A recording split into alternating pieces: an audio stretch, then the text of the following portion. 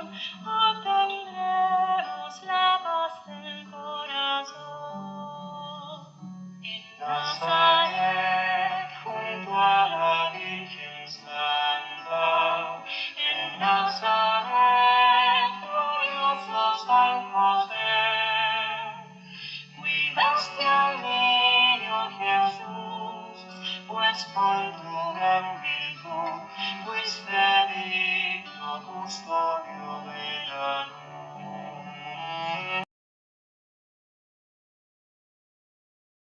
Muy buenos días. A nombre del Movimiento de Cursillo Cristiandad, Diócesis de Toronto, le damos la bienvenida a la Escuela de Espiritualidad del día de hoy, que vamos a tratar el tema de la vida de San José. En esta oportunidad tenemos como invitado muy especial al Padre Francisco, de allá de México, de Monterrey, que nos está visitando nuevamente. Es una alegría tenerlo, Padre, acá con nosotros. De verdad que está en nuestro corazón y siempre lo va a estar. Gracias por aceptar esta invitación.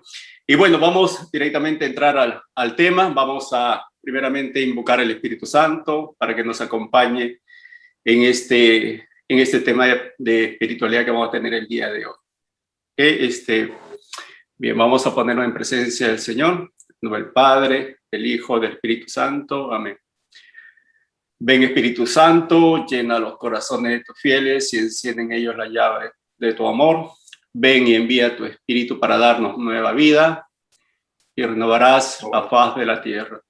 Oh Dios, que has iluminado los corazones de tus hijos con la luz del Espíritu Santo, haznos dóciles de tu Espíritu para gustar por siempre del bien y gozar de tu consuelo. Por Jesucristo nuestro Señor. Amén. San Pablo Apóstol, ruega por nosotros. María, Madre de Divina Gracia, ruega por nosotros. Bien, que el Espíritu Santo nos acompañe en este tema, en esta oportunidad, en esta escuela, y que, bueno, dejo, Padre Juan, para que usted nos dé la escuela, Padre. Gracias. Es un gran placer estar en esta mañana con ustedes. Ya así viendo con esperanza que esta situación tan difícil que hemos vivido vaya controlándose, vaya pasando. Lo que sí no se ha debilitado para nada es nuestra fe y nuestras ganas de transmitir la palabra de nuestro Señor. En ese mismo sentir de la angustia y la situación que hemos vivido, el Santo Padre, el Papa Francisco, mandó una carta apostólica del Santo Padre Patris Corde, se llama Con Corazón de Padre, para convocar a este año de San José. Y la motivación de este año de San José pues es muy hermosa, que es lo que les voy a decir ahorita. Es para ser solidario con todos los que estamos viviendo y padeciendo en torno al COVID. Sobre todo, él se va a referir mucho a los que están asistiendo a los enfermos, a los contagiados del COVID. Está dedicado particularmente a ellos esta carta apostólica del Papa Francisco. ¿Qué dice el Papa Francisco en esta carta, el Patris Corde, Con Corazón de Padre? Dice: con corazón de padre, así José amó a Jesús, llamado por los 4 evangelios el Hijo de José. Es la forma en que inicia esta carta apostólica. Sabemos, en torno a San José, sabemos que fue un humilde carpintero, desposado con María, un hombre justo, siempre dispuesto a hacer la voluntad de Dios manifestada en su ley, y a través de los cuatro sueños que tuvo. Después de un largo y duro viaje de Nazaret a Belén, vio nacer al Mesías en un pesebre, porque en otro sitio no había lugar para ellos. Fue testigo de la adoración de los pastores y de los magos, que representaban respectivamente al pueblo de Israel y a los pueblos paganos. Entonces, el Santo Padre va a presentar la figura de San José como el padre del niño Jesús, pero también nos va a decir que él va a ser nuestro custodio. Él es nuestro custodio siempre, pero particularmente en esta situación tan difícil que estamos viviendo. El Papa nos invita a que invoquemos la protección de el patriarca San José. Dice el Papa: tuvo la valentía de asumir la paternidad legal de Jesús, a quien dio el nombre que le reveló el ángel. Tú le pondrás por nombre Jesús porque él salvará a su pueblo de sus pecados. Como se sabe, en los pueblos antiguos, poner un nombre a una persona, a una cosa, significaba adquirir pertenencia, como hizo Adán, el relato del Génesis. Pero esos puntos ahorita los voy a tratar más a profundidad. Ahorita nada más dar una visión general de lo que el Santo Padre nos presenta en esta carta apostólica. Sigue hablando el Papa en torno a esta imagen de San José. Dice, pero después de María, Madre de Dios, ningún otro santo ocupa tanto espacio en el magisterio pontificio como José, su esposo. Y al menos en el magisterio de la iglesia sí está presente, ha estado presente San José. Claramente no estaba presente. Pero a San José no se le mencionaba en esto, fíjense. Es una omisión muy fuerte que tenía la liturgia de la iglesia. Es entonces, hasta la reforma de la liturgia, cuando se da cuenta de esta omisión, y por eso dice, cuando se habla de Santa María y su esposo San José, se le agregó a la plegaria eucarística para darle el lugar que le corresponde a San José dentro de la iglesia. Entonces, en el magisterio de la iglesia ha estado muy presente. De hecho, los santos padres hablan maravillosamente de San José, pero en la liturgia sí había esa omisión en torno a San José. Y entonces, los santos padres, los papas, han hablado también maravillosamente. El Beato Pío IX lo declaró patrono de la Iglesia Universal. Pío IX entonces lo declaró patrono de la Iglesia Universal.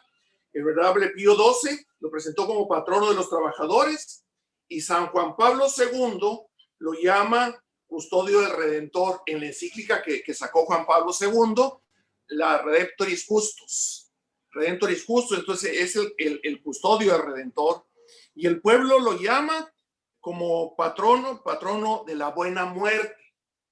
A San José es también conocido y declarado como el patrono de la buena muerte. Ahorita les voy a leer el porqué de esto para que sepamos que tenemos esta intercesión y que podamos invocarlo cuando sepamos de alguien que está en ese paso de la vida terrena a la vida celestial, que invoquemos esta ayuda de San José.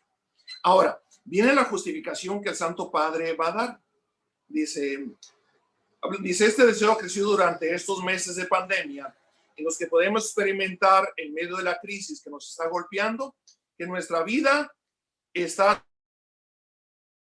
y sostenida por personas comunes, corrientemente olvidadas, que no aparecen en portadas de diarios y revistas, ni en las grandes pasarelas del último show, pero sin lugar a dudas están escribiendo hoy los acontecimientos decisivos de nuestra historia. Médicos, enfermeras y enfermeros encargados de reponer los productos de los supermercados, limpiadores, cuidadores, transportistas, fuerzas de seguridad, voluntarios, sacerdotes, religiosas y tantos otros que comprendieron que nadie se salva solo. Y entonces la razón de esta carta apostólica y de este año de San José es para este tipo de personas que han sido los héroes realmente en todo este año, para atender a nuestros hermanos enfermos.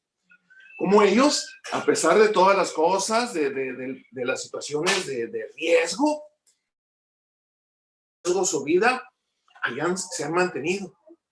Fíjese que ahí tengo unos amigos médicos aquí en Monterrey, que el médico, el doctor cursillista, por cierto, es el urgenciólogo en el Hospital Metropolitano, Centro COVID. Y él, para poder atender a los enfermos sin riesgo de la familia, a su niña la mandó con los abuelitos a no contagiar a la familia que tanto quiere, para poder seguir atendiendo a los enfermos y no contagiar a la familia. Vemos ese tipo de sacrificios muy grandes en esto. inclusive muchos perdieron la vida en esta entrega hacia nuestros hermanos enfermos. Por eso el Santo Padre los toma ellos con ejemplo y pone a San José, el hombre que, así como decía ahorita, la liturgia estaba como olvidado, lo pone así en el centro de esta pandemia para que Él nos esté custodiando, que podamos pedir su intercesión y que imitemos su ejemplo de acompañamiento, de seguimiento. Entonces, ese es el motivo por el cual surge esta carta apostólica y este decreto del año de San José por la pandemia, para decir, aquí está la iglesia, aquí está San José, y aquí están estas personas olvidadas, pero que están siendo realmente los héroes, que nosotros no le llamamos héroes, le llamaríamos los santos que están dando su vida por los hermanos. Esta es la motivación entonces de esta carta apostólica. Entonces dice el Santo Padre, todos pueden encontrar en San José el hombre que pasa desapercibido, el hombre de la presencia diaria, discreta y oculta, un intercesor, un apoyo y una guía en tiempos de dificultad. Está hermoso este pasajito, lo voy a leer de nuevo. Todos podemos encontrar en San José el hombre que pasa desapercibido, el hombre de la presencia diaria, discreta y oculta, un intercesor, un apoyo de la presencia, un apoyo y una guía en tiempos de dificultades. Entonces, esa es la razón por la que el Santo Padre lo pone a San José así como el custodio, entonces, de la humanidad en este tiempo de pandemia. Bueno, eso es la carta Patris Cordi. Ustedes la pueden bajar de la red. Patris Corde. Lo pueden buscar en la red, lo bajan ahí. Es un documento muy cortito, muy pequeñito, y ahí en esta carta apostólica va a hablar de San José como Padre amado, Padre de la ternura, Padre de la obediencia, ¿qué más? Padre de la acogida, Padre de la valentía creativa, son los apartaditos que tiene esta carta, Padre trabajador, Padre en la sombra. En fin, son los adjetivos que el Santo Padre va a usar en torno a San José. Pero esto es nomás, se los quise iniciar para justificar el acontecimiento de San José. Pero en esa curiosidad que yo siempre tengo, que ando leyendo y buscando y todo este tipo de cosas, me topé con ciertos escritos que les voy a leer.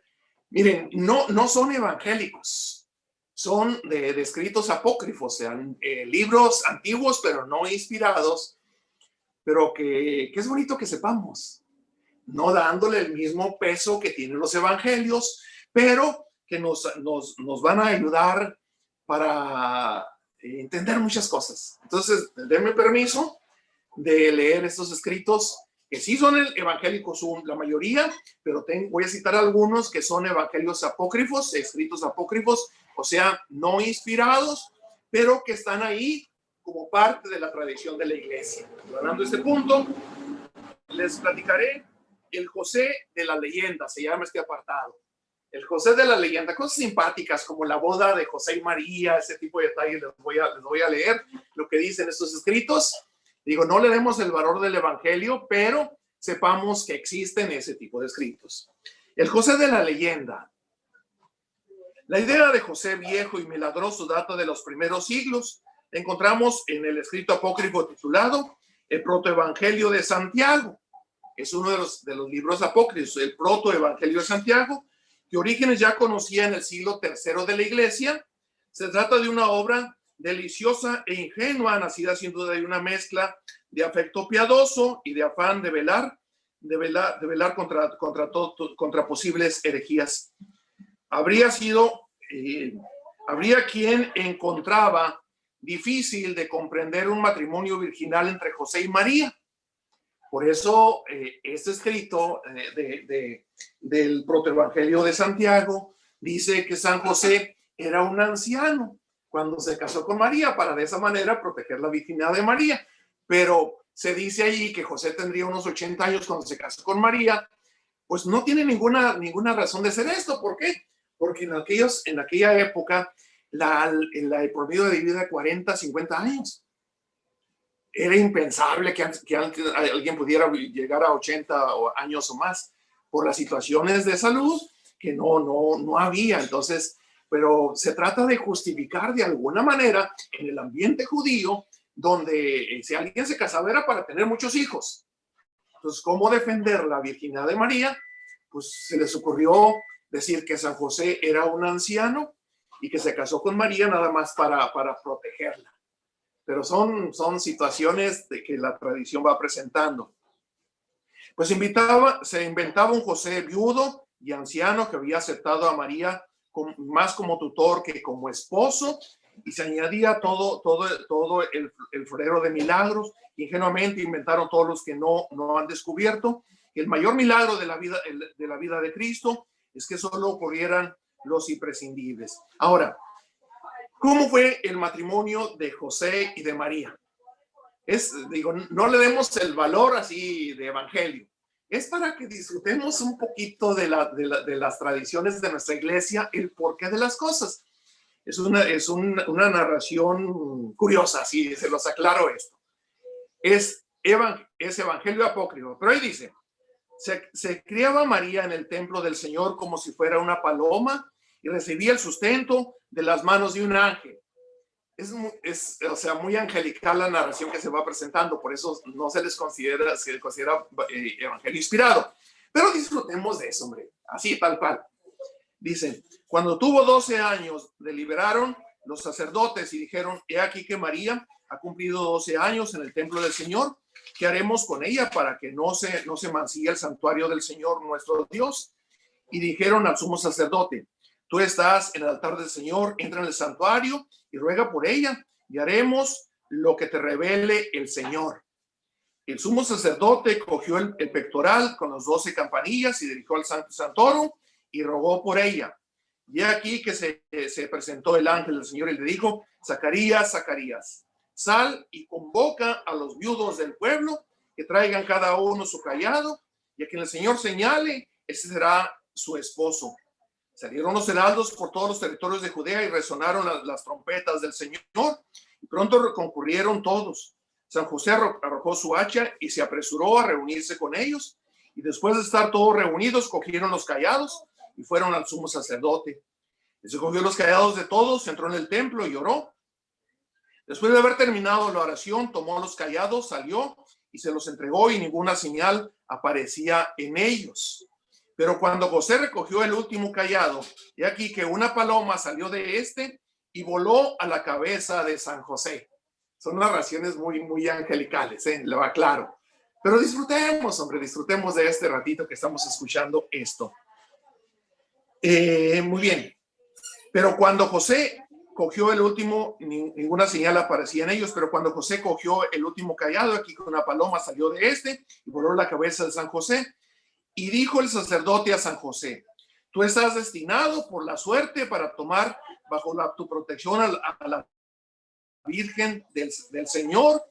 Y San José contestó y dijo, tengo hijos, soy un hombre viejo, ella en cambio es joven, tengo miedo de parecer ridículo ante los hijos de Israel. Y dijo el sacerdote a San José, teme al Señor tu Dios y recuerda lo que hizo con Datán, Abirón y Coré cuando abrió la tierra y fueron tragados por ella por su oposición. Y teme ahora a Dios, José, no vayas a ocurrir algo en tu casa. Y José temió y tomó bajo su protección y dijo a María, he aquí que te recibo del templo del Señor y te dejo ahora en mi casa y me voy a hacer mis trabajos y después vendré otra vez a donde ti.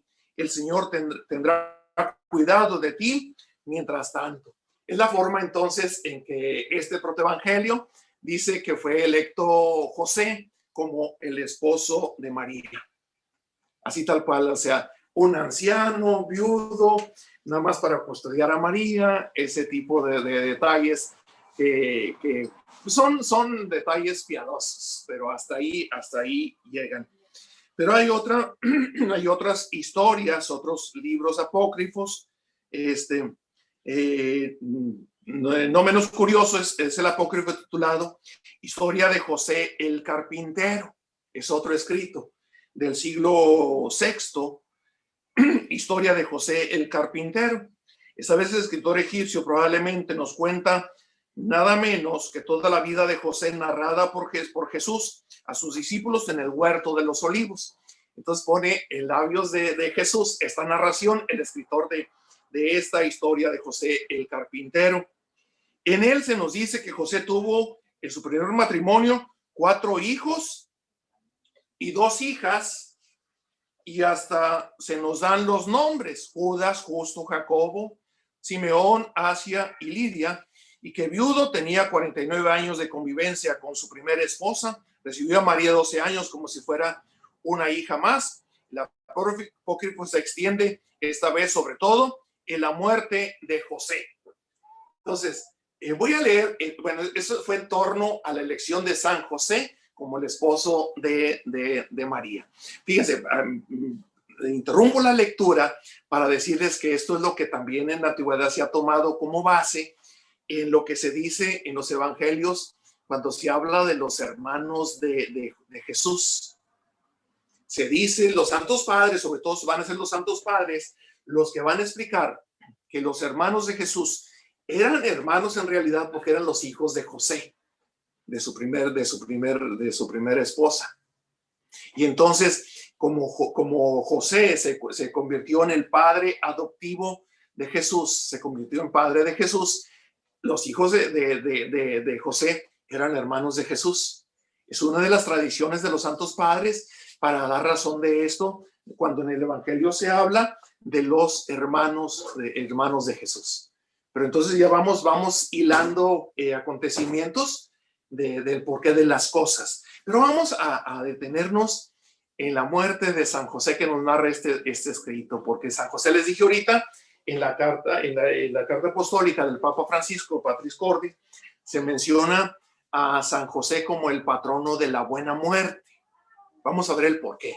Este escrito nos va a dar razón del porqué San José es el patrono de la buena muerte. Dice: pasaron los años y envejeció, sin embargo, no padecía ninguna enfermedad, conservaba la luz de sus ojos y no perdió ni un diente de su boca. Hasta ese detalle simpático, dice, no perdió ni un diente de su boca. También conservó siempre la vitalidad de su espíritu, trabajaba como un joven en la plenitud de su vigor y sus miembros estaban sanos. Vivió durante 111 años. Una exageración también, pues ya les decía ahorita que el promedio de vida eran 40, 50 años, pero bueno. Pero un día le llegó la hora de morir a San José. Era, dice el escritor, el 26 de abril, hasta eso da la fecha, el 26 de abril. El detalle nos muestra el sentido de todo el escrito. Su autor quiere defender una fecha concreta para la celebración de la fiesta de San José. Pero una vez puesto a demostrarlo, rodea de tiernísimos detalles, siempre en la boca de Cristo, la muerte del anciano. Imaginemos eso, que Cristo nos está narrando la muerte de su papá. Ahí les va, según este escrito, cómo narraría Cristo la muerte de su papá José. Disfruten de estas lecturas, son así bien tiernas. Es el término que quiero usar. Dice: yo me senté a sus pies y le contemplaba. Tuve sus manos entre las mías durante toda una hora. Dirigió hacia mí su rostro y me indicó que no le abandonara.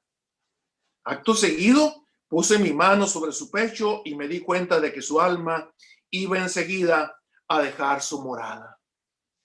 Vinieron entonces Miguel y Gabriel, recibieron el alma de mi padre José y la cubrieron de lumbrosos vestidos.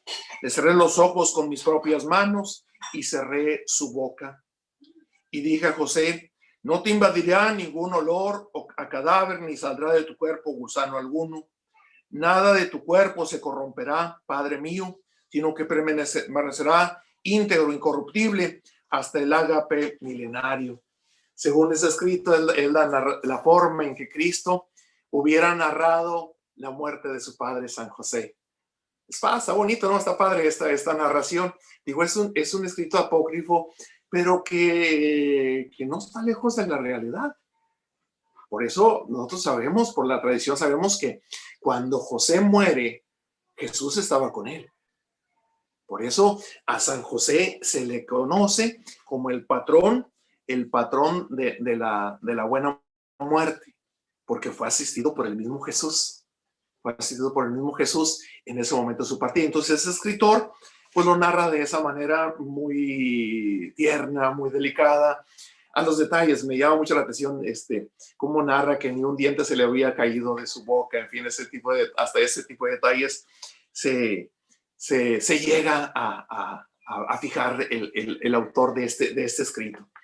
Bueno, pues muy bien, entonces esta es la razón por la cual a San José se le considera como el patrón de la buena muerte.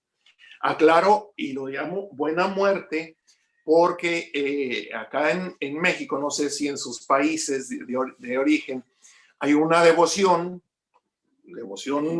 pervertida, es el patrono de la Santa Muerte, que es otra cosa, o sea, donde a un esqueleto lo visten y le dan poderes milagrosos y todo ese tipo de detalles. Acá menos en México, pues sí se da mucho esto, la cuestión de la buena muerte. Por eso aquí a San José es el patrono de la de la buena muerte, no de la Santa Muerte, como a esa devoción pervertida que hay acá en México. No sé en sus países si se dé esto. Bien, entonces estos ya las dos narraciones en torno a la elección de San José como el esposo de María, el por qué, cómo pudo haber sido. Hay otra narración que dice, de otro escrito apócrifo, que se dice que del cayado de San José brota un lirio blanco. Por eso en la imagen icónica de San José se le presenta como un anciano con un cayado, una vara, con un lirio, una flor arriba. Porque también hay otra tradición que dice que esa fue la manera en la elección de San José, que cada quien llevaba su cayado, los ancianos llevaban su cayado, y que del cayado de San José brota ese lirio, y fue donde se dieron cuenta que era el elegido para que fuera el esposo de la Virgen María. Entonces, bueno, son tradiciones dentro de la iglesia que se han ido presentando durante siglos, pero pues para nosotros nos ayuda para poder pues profundizar, conocer un poquito más, no dándole el valor de evangelio, sigo insistiendo en eso, pero nos ayudan a disfrutar, hombre, en pocas palabras, disfrutar. Yo no voy tan así cuadriculado, es que esto no debe ser, o sea, decir, es que si no vienen los evangelios, no lo vamos a tomar. Yo le doy todo el valor a los evangelios, claro, pero pues también si está este tipo de escritos lo leo, no le doy el mismo valor que el evangelio, pero lo leo y lo tengo en cuenta. Lo mismo si hay una canción bonita, no la voy a cantar dentro de la misa, pero eso no quita que yo la pueda disfrutar, escuchar alguna canción, aun cuando no sea de inspiración católica. Eso es lo que se va presentando. Ahora, ¿qué nos dicen pues en torno al matrimonio? Su matrimonio con María. Vamos a ver, eso también está lleno de detallitos curiosos, lleno de detallitos curiosos que se pueden presentar. ¿Cómo fue estos tipos de evangelios? ¿Cómo fue el matrimonio de José con María? Dice, este es el hombre que Dios elige para casarse con la madre del esperado. Y lo primero que el evangelista nos dice es que María estaba desposada con él y que antes de conviviesen, ella apareció en estado. Nos encontramos ya aquí con la primera sorpresa. ¿Cómo es que estando desposada no había comenzado a convivir? Tendremos que acudir a las costumbres de la época para aclarar el problema. El matrimonio en la Palestina de aquel tiempo celebraba en 2 etapas. Fíjense, esto es así tal cual. Era la tradición, así se realizaba. Esto no lo dice nada más esos escritos apócrifos, sino era la tradición tal cual. El matrimonio se celebraba en 2 etapas. El primero era el compromiso y un año después era el matrimonio. Entonces, primero era el compromiso y después, a un año después, era el matrimonio. Propiamente tal, como es habitual en muchos pueblos orientales, son los padres o tutores quienes eligen esposo a la esposa, quienes consideran el matrimonio sin que la voluntad de los contrayentes intervenga apenas en nada. En las tierras bíblicas, entonces, era la costumbre que los papás eran los que buscaban la esposa para el hijo. El hijo no tenía ninguna opinión, nada más que aceptaba la voluntad de sus padres. Bueno, María y José se conocerían sin duda. Todos se conocen en un pueblito de 50 casas, pero apenas intervinieron en el negocio. Y uso la palabra negocio porque es lo que estos tratos matrimoniales parecían. Los padres o tutores de los futuros desposados entablaban contactos, discutían, regenteaban, acordaban. Ambas familias procuraban sacar lo más posible para el futuro de sus hijos, o sea, la dote. ¿Qué iban a poner? Que el novio que iba a poner, los papás de la novia que iban a poner, para eso fuera lo que con lo que iban a iniciar la nueva familia, la nueva pareja. Pero no parece que ese el caso, hubiera mucho que discutir. José pudo aportar sus 2 manos jóvenes y tal vez como máximo sus arperos de trabajo. María, aparte de su pureza y su alegría, pondría como máximo alguna ropa y muebles o útiles domésticos. De hecho, al vivir en Nazaret, era un pueblo muy pequeño en las montañas de Galilea. Eran muy pobres. Ciertamente que las casas eran así de ramas, cubiertas con lodo. Los muebles eran muy rústicos, alguna mesita, alguna cosa sumamente sencilla. Realmente no había mucho que regatear para el trato del matrimonio. Entonces, los tratos preliminares concluían con la ceremonia de los desposorios que se celebraban en la casa de la novia. El primero, el compromiso, celebraba en la casa de la novia. Amigos y vecinos servían de testigos en este compromiso, que en rigor tenía toda la solidez jurídica de un verdadero matrimonio. Aquí que tú eres mi prometida, decía el hombre a la mujer mientras deslizaba en su mano la moneda que simbolizaba las arras. Aquí que tú eres mi prometido, respondía la mujer, que pasaba a ser esposa en pleno derecho. Eran las palabras del compromiso matrimonial que hacían uno y otro. Fíjense cómo en ese caso, en el compromiso, se daba esa moneda. No sé en sus países, pero en México tenemos la entrega de las arras. Son moneditas que el novio entrega a la novia, se entregan mutuamente como símbolo de la ayuda y se van a estar brindando los dos, que van a, los bienes que tienen los dos, los van a juntar para poder subsistir. Se hacía esta entrega desde el compromiso en este primer momento. Y entonces, con el nombre de esposa de fulano se le conocía desde entonces. Sería así, digámoslo así, María de José. Sería desde ese momento. María de José. Y si el novio moría antes de realizarse el verdadero matrimonio, recibía el nombre de viuda, aun cuando todavía no se hubiera realizado el matrimonio. Pero como ya tenía el compromiso, ya tenía todos los derechos de la esposa. La separación solo con un complicado divorcio podría realizarse. Los desposorios eran pues un verdadero matrimonio. Ahora, el matrimonio en sí solía realizarse un año después y era una hermosa fiesta. Ahí sí ya era una hermosa fiesta, pero ya no era en la casa de la novia, sino era en la casa del novio. Iban los amigos del novio para traer a la esposa, acompañada de sus amigas y de su familiar, a la casa del novio, donde se realizaba el matrimonio propiamente. Imagínense la ceremonia en un pueblito, en un ranchito, donde iban por María, la casa de María, para llevar a la casa de José. Los amigos iban acompañándola con velas. Con velas. De ahí surge la tradición que en muchos pueblos se tiene de la velación, los padrinos de velación que están en el matrimonio. Sigo insistiendo, no sé en tus países si tengan esas costumbres, pero hay unos padrinos que están con velas cuando se está realizando el matrimonio más religioso. La razón de esto está en este tipo de tradiciones que había dentro de la Tierra Santa. La novia, eso sí, no era vestido de blanco, sino novia vestida de púrpura, ajustado el vestido con el cinturón nupcial que la víspera le había regalado el novio, perfumada con ungüentos preciosos, lucía la muchacha todas sus joyas, las muchas o poquitas que tuviera, brazaletes de oro, plata en muñecas y tobillos, pendientes preciosos. Entonces la mujer recibía al hombre con los ojos bajos. Este la acomodaba sobre el asno y luego conduciría de la vida. En el camino grupos de niños arrojaban flores sobre los desposados. Todo esto me río porque son las prácticas que se tienen. En las bodas, los niños avientan pétalos de flores.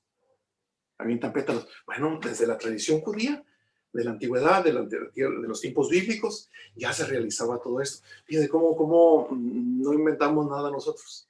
Ya desde los tiempos de Jesús era la costumbre que se tenía. Entonces, los niños arrojaban flores sobre los desposados, sonaban las flautas y timbales sobre las cabezas de los novios, los amigos agitaban arcos de palmas y ramos de olivo, cantaban por la calle,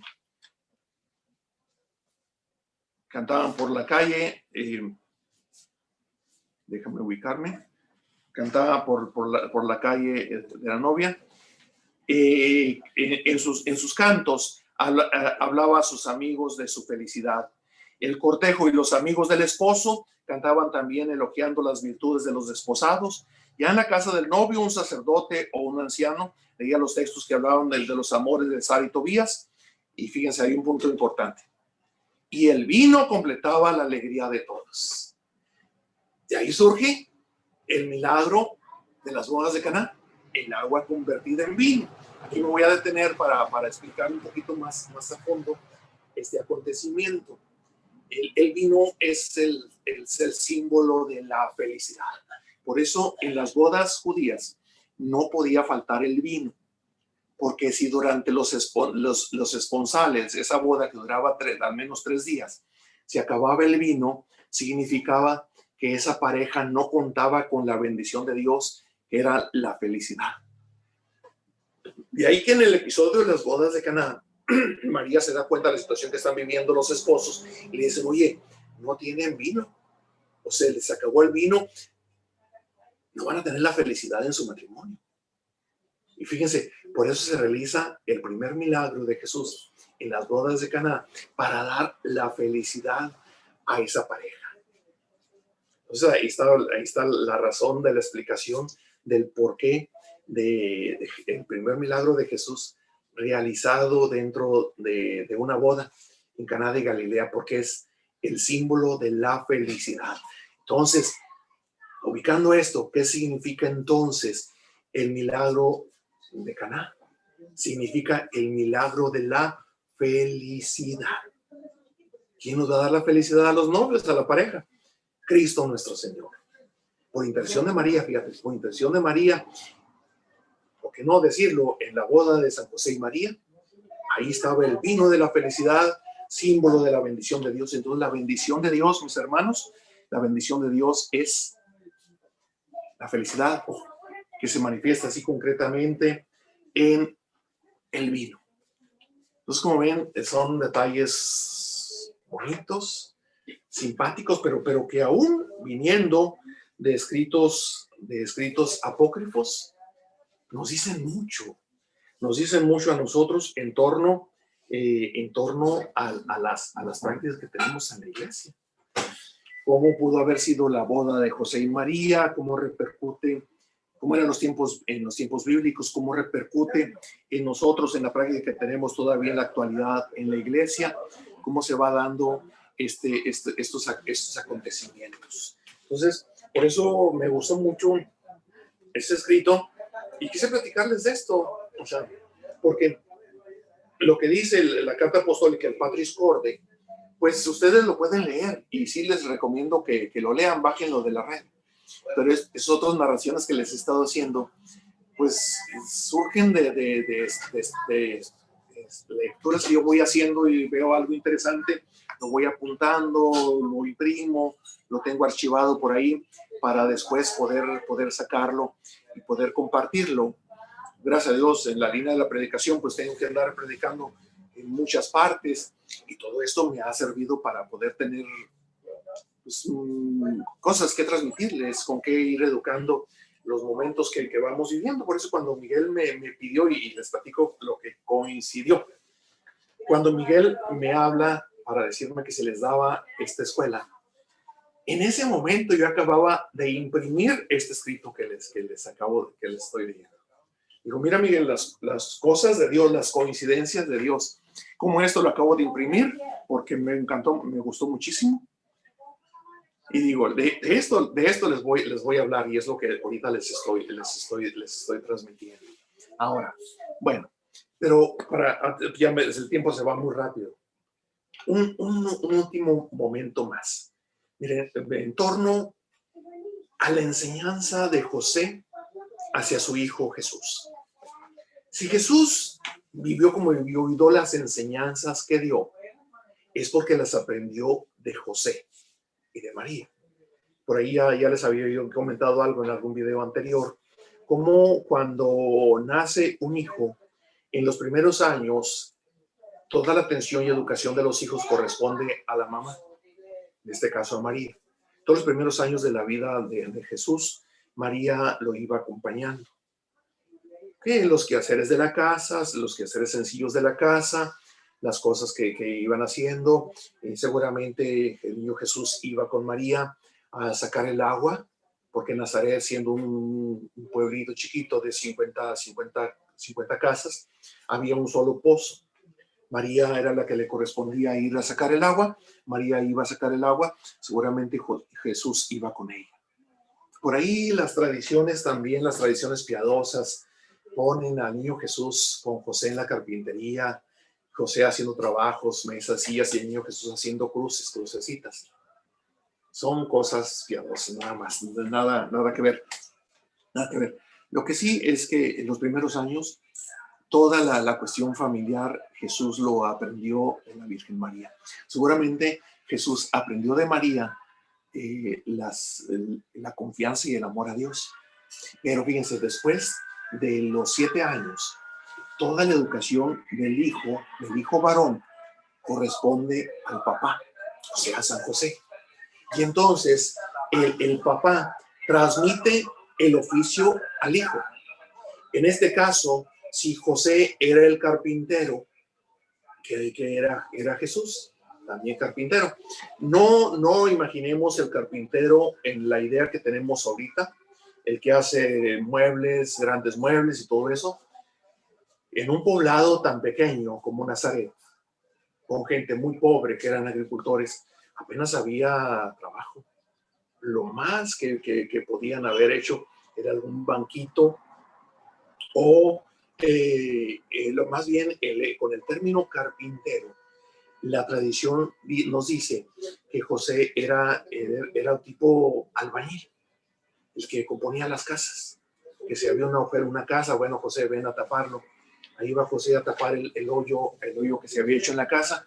Y obviamente Jesús andaba con José.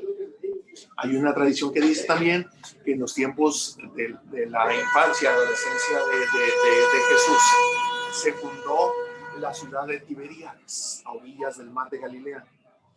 Y que se dice que ahí, como era una ciudad grande la que se estaba fundando, seguramente José se trasladó a Tiberíades para trabajar ahora sí en la construcción allá. Y si José hizo eso de ir a trabajar en Tiberíades, en la construcción, Jesús iba con él. Entonces, pero fíjense, entonces el oficio del padre lo heredaba al hijo, pero también el padre era el que llevaba al hijo a la sinagoga. La sinagoga es el lugar de reunión de los judíos, donde desde el viernes en la noche se reunían para vivir el Shabbat. El Shabbat del sábado se reunían para la observancia del Shabbat.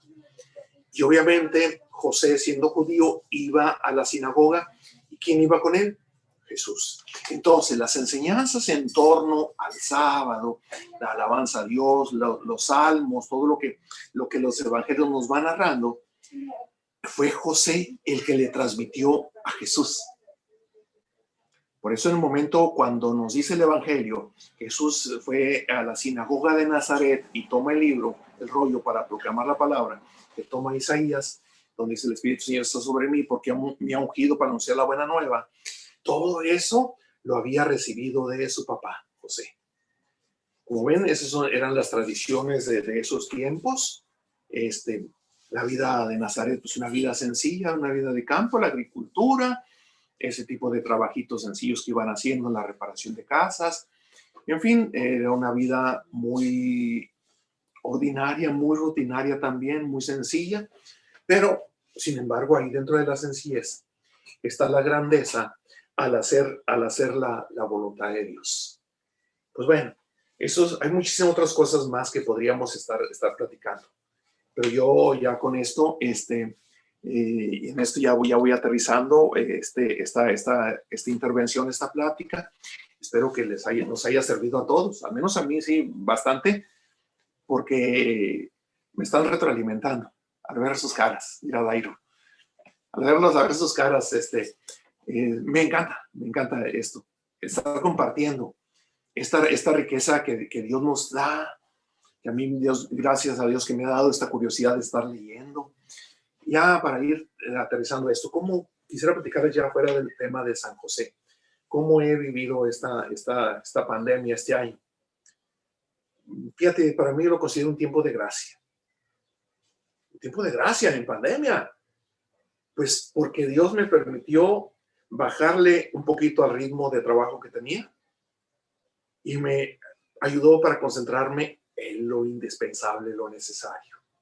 El contacto con Dios, el contacto conmigo mismo, la tranquilidad de la casa. Los primeros meses de la pandemia, que estaba bien fuerte, no salía para nada del área parroquial de la casa. Y eso me ayudó mucho a tranquilizarme, a la vida espiritual, darle más fuerte. Dentro de la curiosidad que tengo, tenía 17 años, enamorado de la palabra de Dios y dando clases de Biblia. Entonces se vino la pandemia y digo, ¿qué voy a hacer? No voy a tener clases de Biblia. Se me ocurrió la gracia de ponerme a estudiar. Entonces ahorita todavía estoy estudiando un diplomado en arqueología bíblica.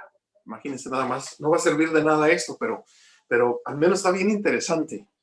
Arqueología bíblica estoy estudiando ahorita en la Universidad Hebrea de Jerusalén. Benditas redes sociales que nos permite estar de esta manera. Entonces, fíjense, la vida espiritual la pude retomar bonito, disfrutarla sin prisas. La vida intelectual, el estudio, en el tripié que manejamos en cursillos, pues es eso, estudiando constantemente. Ahorita ese diplomado en arqueología bíblica. ¿Y cómo he ido acompañando a mi gente? Muy sencillo, o sea, pues al estar ahí en el área parroquial, estar al pendiente de todos. Al saber que alguien estaba enfermo, estar al pendiente de ellos todos los días. ¿Cómo estás? ¿Cómo amaneciste? Échale ganas. Ten en cuenta que estamos al pendiente tuyo. Y si yo podía, bueno, pues a mandarle un medicamento a tal persona de la comunidad que ya se contagió, en fin. Ese tipo de detalles hemos tenido, o sea, mucha integración con la comunidad, al ser uno solo con ellos, es la manera en que nos hemos ido saliendo de esto. Ahorita estoy aquí en la casa familiar. Poco había venido aquí a la casa, pero espero ya con la gracia de Dios poder venir más seguido.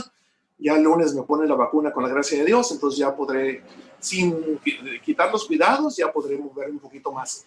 Ya gracias a Dios mi familia, mis hermanos ya fueron vacunados todos, ya estamos más tranquilos en ese aspecto.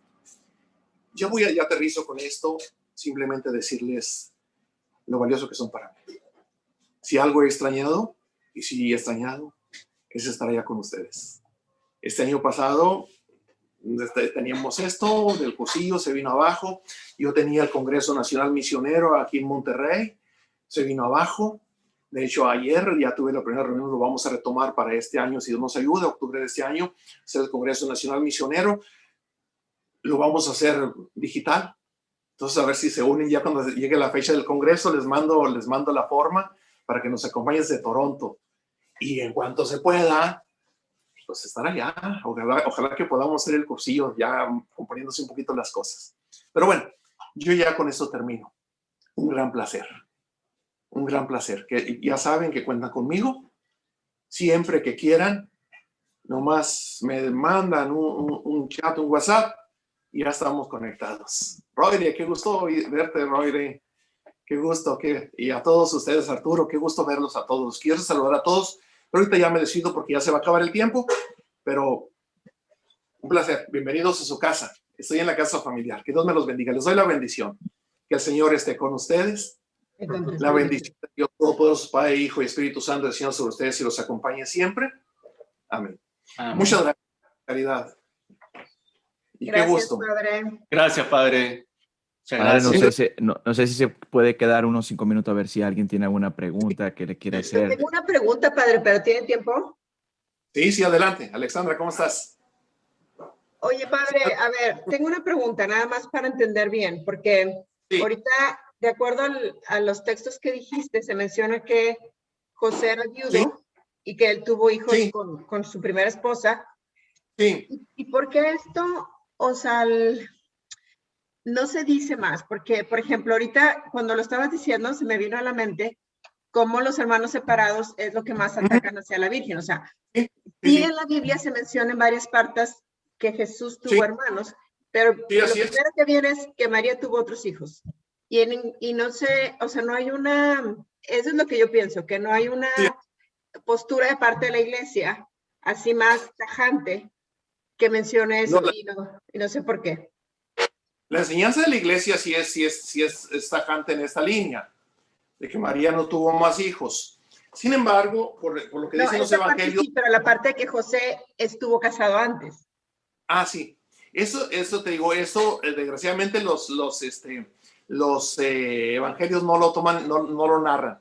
Esto es parte de la tradición de la iglesia, sobre todo en los santos padres, Erika. Los santos padres son los que narran esto. Si quieren, después les busco más textos de los santos padres y se los transmito para que vayan conociendo más. De hecho, hay un libro de Epifanio el monje, de los monjes del desierto, se llama Sobre la vida de María. Sobre la vida de María, donde nos narra esto perfectamente, fíjate. Voy a hacer un escrito de todas estas aportaciones y se los hago llegar. Se los mando. Los hermanos separados no toman en cuenta la parte de estos, de la tradición que nosotros sí tomamos en cuenta. No, sí, ellos no toman la tradición. No toman. Pero fíjate, Erika. Sin embargo, en torno a esto, parte de la interpretación que debe de hacerse, que desgraciadamente ellos no lo hacen, es que todos los familiares de todas las ramas de la familia son hermanos. Primos, tíos, todos son hermanos, siendo de la misma familia, la misma raza. Ahora, inclusive, siendo parte del mismo clan, del mismo pueblo, todos son hermanos, tal cual. O sea, se usa la misma palabra, se usa la misma palabra y esa es la traducción que se hizo Así es. Ah, ya. Ok, esta parte sí la he escuchado. Bueno, entonces está este otro, es de la tradición. Si quieres, te digo, voy a sacar algunos textos, se los hago llegar. Ok, gracias, Padre. Pues ánimo, yo creo que ya se termina el tiempo. Padre, muchísimas gracias. Dios los bendiga, está siempre en nuestras oraciones. Ahí estamos en comunión, claro que sí. Cuando gusten, hacemos otra conexión. Y con el favor de Dios, te esperamos ver en junio, Padre. Con el favor de Dios. Con el favor de Dios. Qué gusto verlos. Saludos, Padre. Igualmente, Padre. Muchas gracias. Dios lo bendiga.